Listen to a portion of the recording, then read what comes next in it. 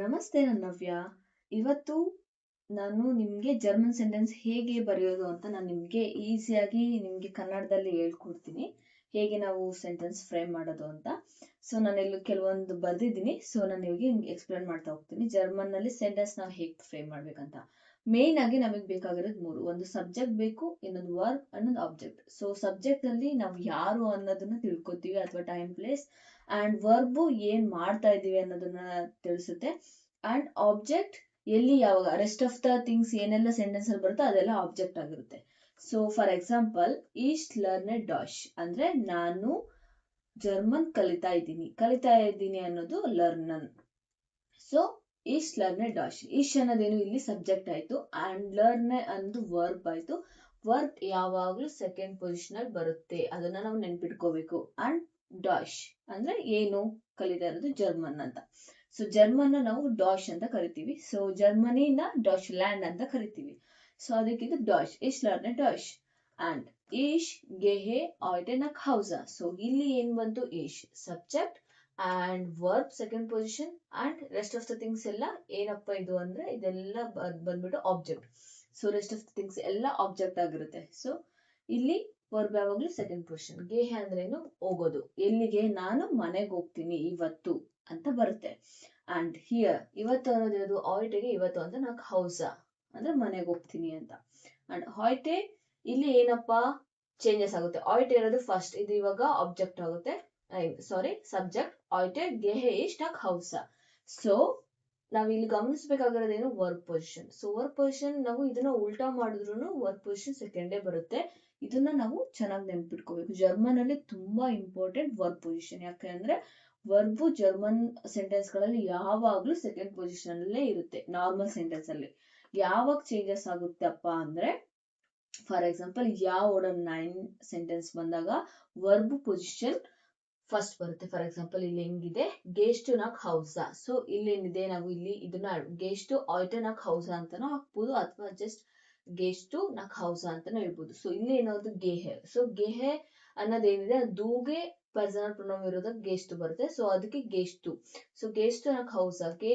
Guest ಅನ್ನೋದು ಏನಿದೆ verb. So verb ಅದಕ್ಕೆ ಪೊಸಿಷನ್ ಫಸ್ಟ್ ಬಂದಿ ಯಾ ಓರ್ಡರ್ 9.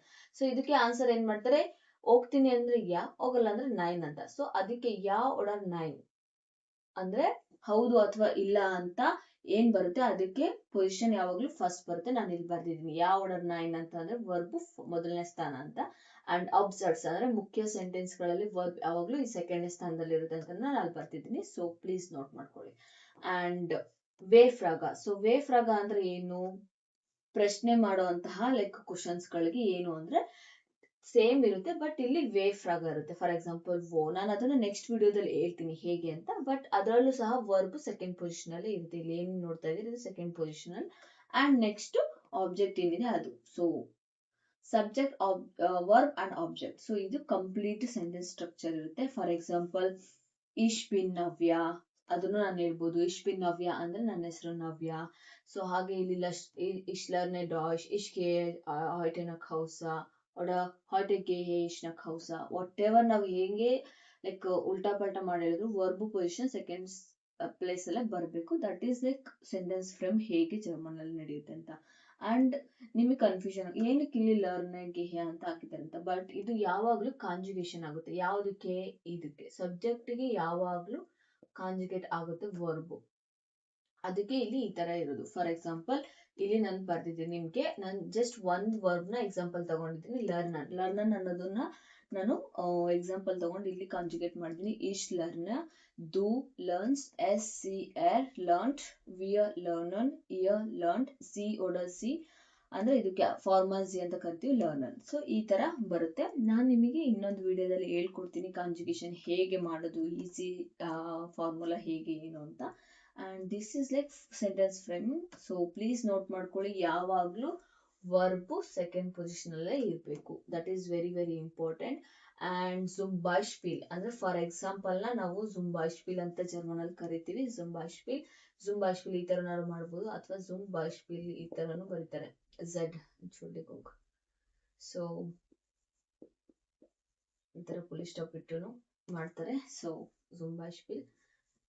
ಈ ತರ ಸೆಂಟೆನ್ಸ್ ಫ್ರೇಮ್ ಇದೆ. ಸೊ ಯಾರಿಗಾದ್ರೂ ಈಗಲೂ ಕನ್ಫ್ಯೂಷನ್ ಇದ್ರೆ ಸೆಂಟೆನ್ಸ್ ಫ್ರೇಮ್ ಮಾಡೋದ್ರಲ್ಲಿ, ಪ್ಲೀಸ್ ನಂಗೆ ಕಾಮೆಂಟ್ ಮಾಡಿ, ನಾನು ನಿಮ್ಗೆ ಕ್ಲಾರಿಫೈ ಮಾಡ್ತೀನಿ.